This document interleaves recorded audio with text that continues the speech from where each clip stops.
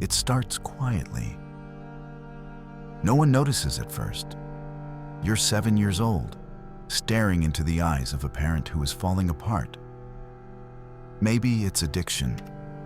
Maybe it's rage. Maybe it's just the hollow silence of someone too broken to show up. And you know something is very wrong, even if you can't name it. No one sees the moment childhood begins to slip away. At 7, you don't even understand what any of it means. You just feel it. The panic, the weight of responsibility that no child should ever bear. Suddenly, it's like the whole house is balancing on your tiny shoulders. You should have been carefree, but instead you were already worrying like a tiny adult. And in that moment, without a word, something ancient clicks in your young mind. If I don't hold everything together, no one will. It's a silent vow you make to yourself. And from that day forward, everything is different. But your story isn't the only one. There are countless children forced to grow up overnight, the instant the adults in their life fall apart at the seams.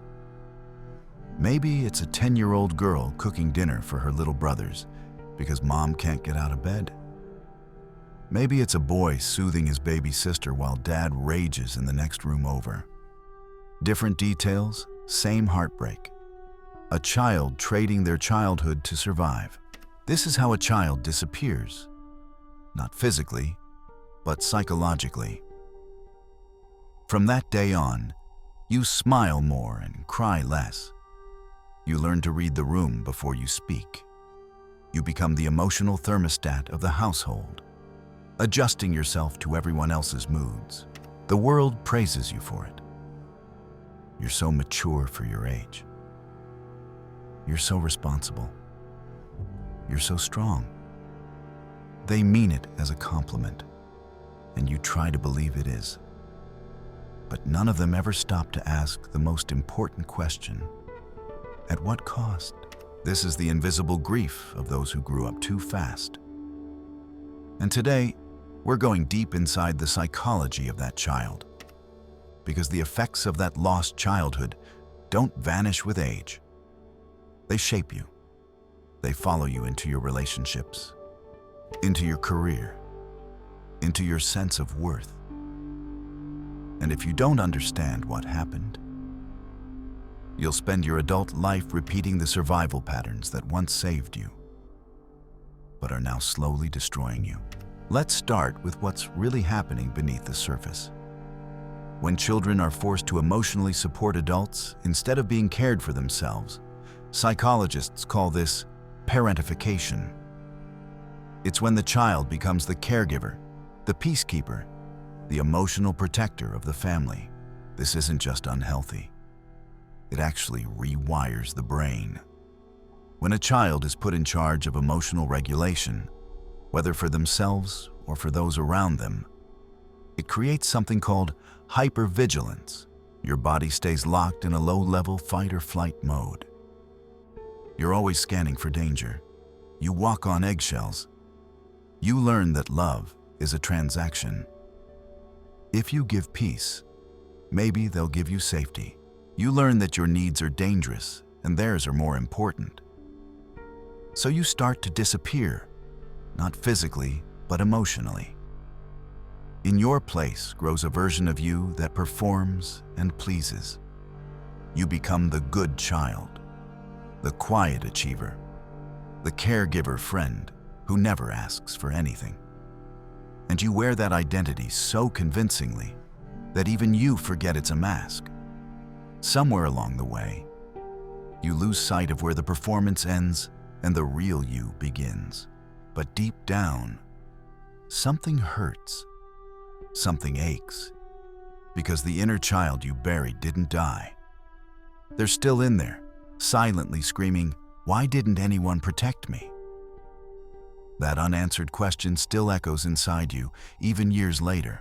As you grow older, those early adaptations evolve into complex adult symptoms. You might become hyper-independent, refusing to ask for help, pushing people away, never feeling truly safe with anyone.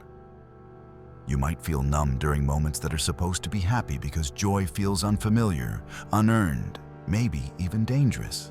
You might find it impossible to relax or rest because being productive is the only way you've ever felt valuable. And worst of all, you might not even realize you're stuck in survival mode. When dysfunction is all you've ever known, chaos feels normal. Stillness feels wrong. Peace feels suspicious. Love feels like a debt you owe, and you're terrified of the day the bill comes due. This is the psychology of a child forced to grow up too fast. It's not just a sad story. It's a complex trauma that reshapes how you view the world, and more importantly, how you view yourself. Now, you might ask, why would any child take on that burden? Why would a little one willingly become the fixer or the protector? The truth is, children will do anything for attachment, even if it means abandoning themselves. The choice was never really a choice, it was survival. In the absence of safety, a child sacrifices authenticity for belonging. That's not weakness, it's wisdom, it's instinct. But here's the tragedy. What saved you then is imprisoning you now. Think about it. From the outside, you might seem fine, successful, responsible, even happy. Yet so many of us walk around as high-functioning adults with deeply wounded inner children pulling the strings. We overachieve to earn love. We stay quiet to avoid any chance of abandonment. We take care of everyone else, yet secretly, we wish that just one person would take care of us. We fantasize that someone will finally see through our strength, that maybe, just maybe, we'll get to fall apart, and someone will be there to catch us. That fantasy of being held when we can no longer hold ourselves together is the deepest unmet need. And it doesn't belong to the adult you've become. It belongs to the child who never got to feel safe. The first step to healing that child isn't about fixing yourself at all. It's about witnessing. You have to acknowledge that something was taken from you. Because until you validate what really happened, you'll keep dismissing your pain with thoughts like, it wasn't that bad. Other people had it worse. I turned out fine. But fine is a mask too. And deep down, you know it. Your pain matters, and it was real, no matter who had it better or worse. Trauma isn't a competition. So what happens to that child's heart when they grow up with that mask? They become adults who never truly feel safe, even in calm and loving environments. They become lovers who can't fully trust gentle affection. They become givers who can't comfortably receive. They're the ones who apologize for crying, who flinch at compliments, and who confuse exhaustion with accomplishment.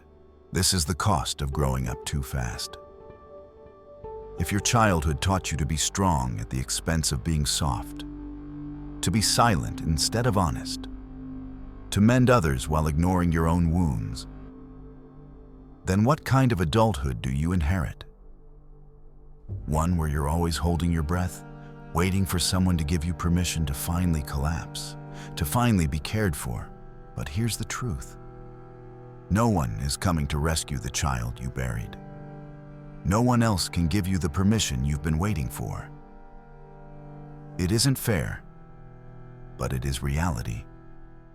You are the one who must go back to that abandoned little one inside you and hold their hand. You are the one who must say what no one said to you back then. You didn't deserve that. You were just a child. You get to rest now. Those are the words you always needed to hear. This is the beginning of shadow work.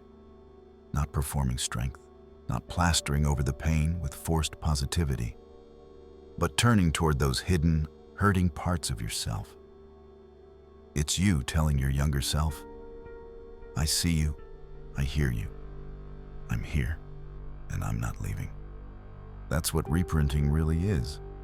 And it is hard. It means letting yourself feel the grief you never got to feel. It means sitting with the rage and the sorrow and the confusion. It means weeping for the birthdays where no one showed up. It means mourning the innocence you lost while protecting people who should have been protecting you. Yet that grief is not weakness. In fact, each tear you shed is a testament to your strength. It's proof that you're healing, because what was once frozen inside you is finally beginning to flow. It won't be easy to face these feelings after burying them for so long. Sometimes, it might even feel like it's getting harder before it gets easier. You might find yourself feeling like that hurt child all over again, overwhelmed by old pain. But remember, this time, you're not a helpless kid. You survived, and now you have the strength to handle these emotions safely. The very fact that you can feel this pain now means you're finally safe enough to do so, even if you've gotten good at hiding all of this. Those old survival patterns still surface in adulthood, in ways you might not even realize. They show up in your habits, in your relationships, even in the way you talk to yourself when you're alone. Maybe you're the therapist friend in all your relationships, always there to support others, but never allowing anyone to see your own pain. You're the rock for everybody else. Yet you've convinced yourself that you must carry your burdens alone, and people praise you for being so strong and independent, not knowing that deep down you are terrified of ever being a burden. You never ask for help, because needing anything feels like admitting weakness. And that terrifies you. Maybe in your romantic life, you overfunction, always fixing, managing, and overthinking. And you can't understand why you end up exhausted and resentful. You might apologize just to keep the peace and take on every responsibility, yet still find yourself drained. And when it comes to boundaries, you struggle to say no because it makes you feel guilty, like you're betraying someone. Do any of these sound familiar? If any of this feels painfully familiar, know that you are not alone. So many people carry these kinds of scars behind carefully crafted smiles. You're not broken for feeling this way. You're human. And just by acknowledging the truth of your past, you're already taking the first step to break the cycle that once held you down. Many others have walked this road of healing. You're in good company as you find your way forward. And here's the good news. If they were learned, they can be unlearned. But only once you stop worshiping your own toughness and start honoring your pain. In other words, stop confusing your numbness for strength and start recognizing that real courage looks like vulnerability and honesty with yourself. Try this. It might feel strange at first, but ask that child inside you. What did I need back then that I never got? You might be surprised at the answer. You might hear, I needed someone to tell me it wasn't my fault. Or, I needed someone to ask me if I was okay. Or maybe, I just needed to play and laugh without fear for a while. Whatever your inner child tells you, listen. And slowly, very slowly, begin to give yourself those things you missed. Even if it feels unfamiliar, practice giving yourself permission to have what was denied. Not to rewrite your past, but to stop reliving it. This is how you begin to break the cycle. This is how you stop unconsciously looking for parents in your partners. How you stop mistaking anxiety for intuition. How you stop running from the child you were and start nurturing the person you are. Carl Jung once said, "There is no coming to consciousness without pain." People will do anything, no matter how absurd, to avoid facing their own soul. But facing your soul, facing all those neglected, ashamed, scared, and angry parts, is exactly how you heal. Shadow work means you face it all, because you cannot heal what you refuse to feel. And remember, Healing isn't about becoming a brand new person. It's about reconnecting with who you were before the world told you who to be. Underneath all the armor you've built, that real you is still there, waiting. So if you are someone who grew up too fast, hear this. Your maturity was never the problem. The problem was that you had no choice back then. But now you do. Now, you can choose to be gentle with yourself. You can choose to rest. You can choose to stop managing everyone else's emotions and finally start honoring your own. At first, you might not even know how to be gentle with yourself. It can feel strange to rest, to put down the weight you've carried for so long.